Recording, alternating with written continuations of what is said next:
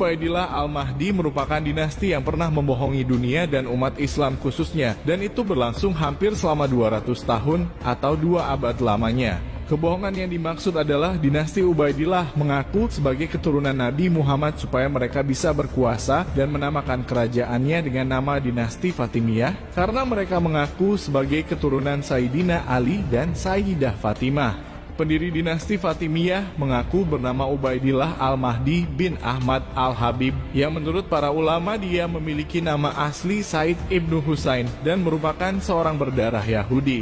Dia ingin menandingi Bani Abbasiyah yang beraliran Sunni dengan mendirikan daulah Islamiyah yang beraliran Syiah.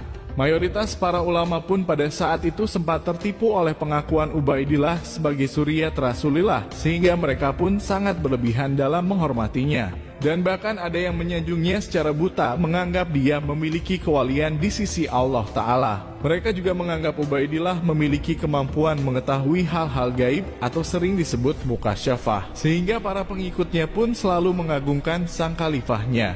Tapi setelah banyak ulama dan para masyarakatnya percaya bahwa Ubaidillah Al-Mahdi dan keturunannya adalah zuriat dari Rasulullah, ternyata para khalifah dinasti Fatimiyah tidak menunjukkan sikap yang pantas untuk mengklaim bahwa mereka adalah zuriat Rasulullah.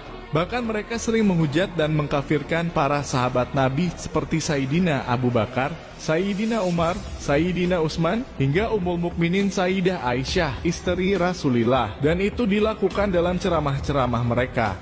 Dinasti Fatimiyah bahkan pernah mewajibkan para ulamanya untuk menyampaikan itu semua di dalam khutbah-khutbah Jum'ah, bahkan dalam khutbah Hari Raya Idul Fitri dan Idul Adha. Sikap-sikap mereka inilah yang akhirnya membuat gerah para ulama Ahlus Sunnah, yang akhirnya mulai terbuka mata hati serta pikirannya melihat fenomena yang terjadi di masyarakat di bawah naungan dinasti Ubaidillah. Para ulama yang menentang dinasti Ubaidillah pun tidak tanggung-tanggung. Beliau adalah Imam Al-Ghazali pengarang kitab Ihya Ulumuddin, dan juga Sultanul Aulia Syekh Abdul Qadir Al-Jilani, sang pendiri Thariqah Qadiriyah. Imam Al-Ghazali bahkan terlibat langsung dalam perdebatan-perdebatan dengan mereka dan memberikan kritik keras melalui kitabnya Al-Munkis Minaz Zalal. Hingga sampai tiba pada waktunya, Allah akhirnya menghadirkan seorang pahlawan Islam yang sangat mencintai Ahlus Sunnah, yaitu Sultan Salahuddin Al-Ayyubi yang kemudian meruntuhkan dinasti Fatimiyah, lalu mendirikan dinasti Ayyubiyah.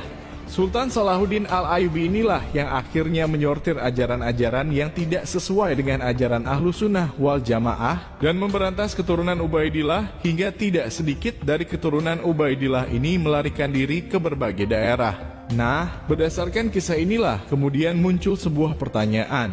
Lari kemanakah para keturunan Ubaidillah Al-Mahdi ketika mereka berusaha dibabat habis oleh Sultan Salahuddin Al-Ayyubi? Kita tentu ingat penisbatan Ubaidillah datuknya Bani Alawi yang hidup abad ke-3 Hijriyah sebagai putra Imam Ahmad bin Isa. Bukanlah keturunan Ubaidillah yang hidup abad ke-3 hingga abad ke-7 Hijriyah. Yang menisbatkan Ubaidillah sebagai putra Imam Ahmad bin Isa justru keturunannya yang bernama Ali Al-Syakron, yang mana dia hidup pada abad ke-8 Hijrah, 5 abad setelah wafatnya Imam Ahmad bin Isa.